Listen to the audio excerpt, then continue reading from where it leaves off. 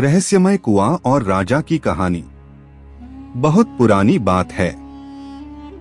एक विशाल राज्य था जिसका नाम था आर्कपुर। चारों ओर घने जंगलों, ऊंचे पहाड़ों और शांत नदियों से घिरा हुआ ये राज्य समृद्ध, शांतिपूर्ण और रहस्यों से भरपूर था। आर्कपुर पर राज करता था राजा वीरवर्धन, एक न्यायप्रिय, वीर और अत्यंत बुद्धिमान शासक। राजा की एक खास बात यह थी कि वह हर सुबह प्रजा के भेष में नगर की गलियों में घूमता था, बिना किसी को बताए, ताकि वह अपने राज्य की असली हालत जान सके। पहला रहस्य, पुराना कुआं। एक दिन राजा गांव की सीमा के पास पहुंचा, जहां एक टूटा फूटा पुराना कुआं पड़ा था। लोग उस कुएं के पास जाने से डरते थे। राजा ने एक वृद्ध से पूछा, बाबा, यह कुआं इतना वीरान क्यों पड़ा है? वृद्ध का पति आवाज में बोला, महाराज, ये कुआं नहीं, एक अभिशाप है। यहाँ जो गया लौट कर न आया। हमारे पुरखों ने इस कुएं को शापित कुआं कहा है। राजा के मन में उत्सुकता जगी। उसने अपने राज दरबार में इस कुएं की चर्चा की, परंतु सभी मंत्रियों और गुप्तचरों ने एक ही बात कही, वह कुआं रहस्यमय है। उसके भीतर कोई अदृश्य शक्ति है जो लोगों को निगल जाती है। राजा ने निश्चय किया कि वह स्वयं इस रहस्य का पता लगाएगा। दूसरा भाग, कुएं की यात्रा। अगली रात राजा ने एक सैनिक, एक वैद्य और अपने वफादार मित्र मंत्री चंद्रपाल को साथ लिया। चारों ने मशालें जलाईं और रात के सन्नाटे में कुएं की ओर चल दिए। आसमान में बादल थे, हवा में अजीब सी सनसनाहट। कुएं के पास पहुंचते ही मशाल की लौ फड़कने लगी और चारों के रोंगटे खड़े हो गए। लेकिन राजा वीरवर्धन पीछे हटने वालों में से न था। उसने कुएं में झांका, अंदर एक नीली चमक थी, मानो पानी नहीं, कोई रहस्यमयी रोशनी भीतर झिलमिला रही हो। मंत्री बोला, महाराज, ये कोई साधारण पानी नहीं, ये कोई जादुई शक्ति हो सकती है। राजा ने रस्सी बंधवाई और स्वयं कुएं में उतर गया। तीसरा भाग, कुएं के भीतर की दुनिया। राजा जैसे जैसे नीचे उतरता गया, वह अनुभव करने लगा कि हवा बदल रही है, समय धीमा हो गया है। जब वह आखिरी पत्थर पर पहुंचा तो एक चौंकाने वाला दृश्य सामने था। कुएं के अंदर एक पूरा तहखाना था। पत्थर की दीवारों पर नक्काशी थी और एक द्वार जिस पर संस्कृत में लिखा था, जो सत्य का मार्गी है वही इस द्वार को पार कर सकेगा। राजा ने द्वार पर हाथ रखा और वह अपने आप खुल गया।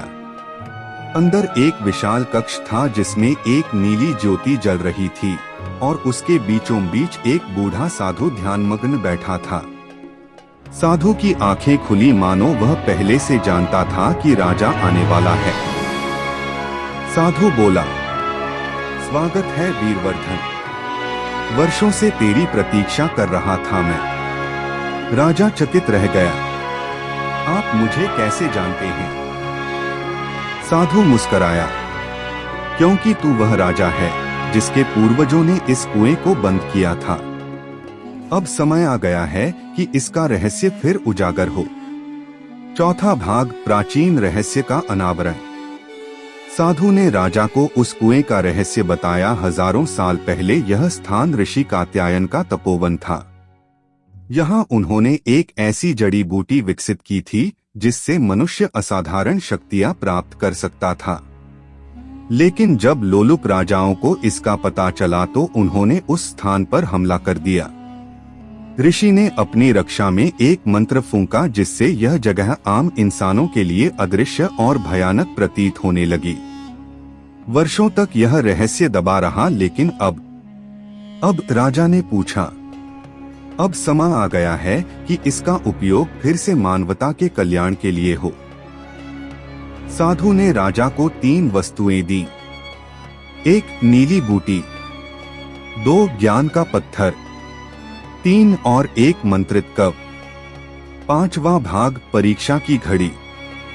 जैसे ही राजा लौटने लगा, धरती कांपने लगी, कुएं की दीवारें फटने लगीं और एक काली आकृति प्रकट हुई, काला दैत्य मायाकुंड, जो वर्षों से उस बूटी की ताक में छिपा था। वह गरजकर बोला, राजा, मैं तुझे और तेरे राज्य को तबाह कर दूंगा। वो बूटी मेरी है। राजा ने मंत्रित कवच पहना और हाथ में ज्ञान का पत्थर लेकर जैसे ही मंत्र पढ़ा, चारों ओर प्रकाश फैल गया। माया कुंड धुएं में बदल गया और गायब हो गया। कुएं की दीवारें शांत हो गई और साधु ने कहा, तू पास हो गया वीरवर्धन। अब ये रहस्य तेरे और तेरे उत्तराधिकारियों का है। छठा भाग, राज्य का कायाकल्प। राजा जब वापस आया तो सबसे पहले उसने गांव वालों को बुलाया और उन्हें बताया कि अब कुआं शापित नहीं बल्कि एक जीवनदायिनी स्थल है। उसने उस स्थान को सत्यकुंड नाम दिया और वहां एक शोधगृह और आयुर्वेद केंद्र की स्थापना की। नीली बूटी से बनी औषधियों से बीमारियां दूर होने लगीं, अंधे देख पाए, अपाहिज चलने लगे।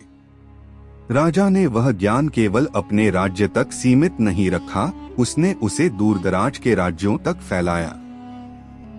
साधु अंत में अंतर्ध्यान हो गए, लेकिन उनकी दी हुई वस्तुएं राज्य के खजाने में सुरक्षित रख दी गईं। अंतिम भाग, आखिरी रहस्य। सालों बाद जब राजा वृद्ध हो चला तो उसने अपने बेटे युवराज समरवीर को बुलाया और वह 3 वस्तुएं सौंप दी, लेकिन साथ ही एक बात कही, बेटा, ये रहस्य जितना ताकतवर है उतना ही खतरनाक भी। इसका उपयोग हमेशा ज्ञान, करुणा और धर्म के लिए करना, वरना ये शक्ति शाप बन जाएगी। युवराज ने सिर झुकाया और इस तरह आर्कपुर का वह रहस्यमय कुआं एक अभिशाप से आशीर्वाद में बदल गया। सीख बटा संदेश। हर रहस्य डरावना नहीं होता, कुछ ज्ञान से जुड़ा भी होता है।